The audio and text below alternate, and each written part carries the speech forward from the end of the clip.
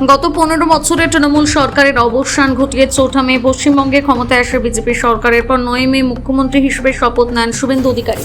BJP সরকারের 100 দিন পূর্ণ হওয়ায় মঙ্গলবার রাজ্য সরকারের তরফে নির্বাচনী সংকল্পপত্রে দেওয়া প্রতিশ্রুতিগুলোর বাস্তবায়ন ও সরকারের বিভিন্ন সাফল্যের খতিয়ান তুলে ধরা। এই উপলক্ষে প্রকাশ করা হয়েছে 41 পাতার বিশেষ বই পশ্চিমবঙ্গ সরকারের সংকল্প এবং সাফল্যের 100 দিন শীর্ষক এই বইয়ে সরকারের 100 দিনের কাজ এবং নির্বাচনী প্রতিশ্রুতি বাস্তবায়নের বিস্তারিত তথ্য তুলে ধরা হয়েছে। মঙ্গলবার সকালে মেদিনীপুর বিধানসভা এলাকার বিধায়ক সেবা কেন্দ্রের পাশে উপলক্ষে বিশেষ কর্মসূচির আয়োজন করা হয়।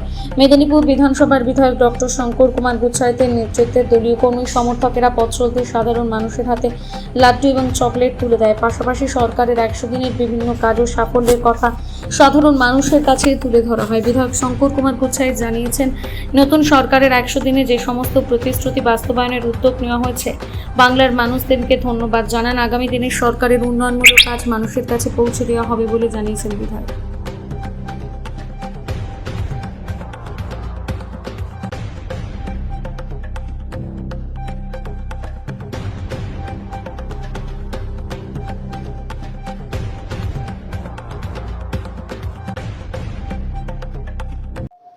আজকের কার্যক্রম হচ্ছে ডাবল ইঞ্জিন সরকার, মানুষের সরকার 100 দিন পূর্ণ করেছে। 100 দিনের সরকার, জনগণের সরকার। সেই জন্য আজকে মেদিনীপুর নেতাজি সুভাষচন্দ্র বসু বিধায়ক সেবা কেন্দ্রে আমরা উপস্থিত হয়েছি এবং আজকে আমরা ছোট করে সেলিব্রেশন করছি। মানুষকে মিষ্টি, লাড্ডু ইত্যাদি বিতরণ করব। তার সঙ্গে সঙ্গে মানুষের আশীর্বাদ নেব। তারা সেবা করার জন্য আমাদেরকে সুযোগ করে দিয়েছেন। 100 দিন সম্পূর্ণ হয়েছে।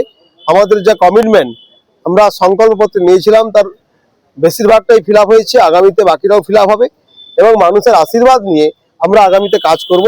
সেই জন্য 100 দিনের এই ছোট্ট অনুষ্ঠান সম্পূর্ণ করার ছোট্ট সেলিব্রেশন, মানুষের সঙ্গে মানুষকে আমরা লাড্ডু খাওয়াবো, আনন্দ করবো।